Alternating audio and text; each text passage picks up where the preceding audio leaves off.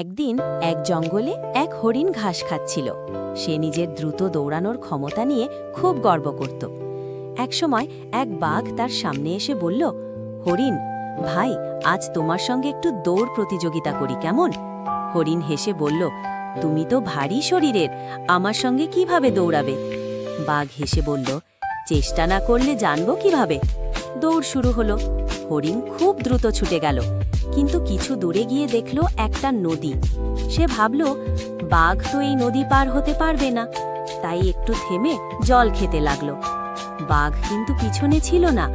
কিছুক্ষণ পরে বাঘ এসে দাঁড়ালো হরিণের কাছে। হরিণ ভয় পেয়ে আবার দৌড় দিল, আর বাঘও তার পিছু নিল। শেষে দুজনেই ক্লান্ত হয়ে থেমে গেল।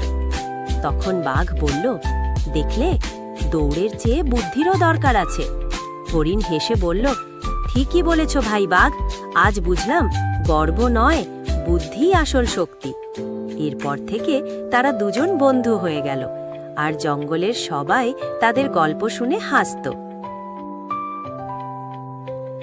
গল্পটা ভালো লাগলে লাইক ও সাবস্ক্রাইব করতে ভুলবেন না।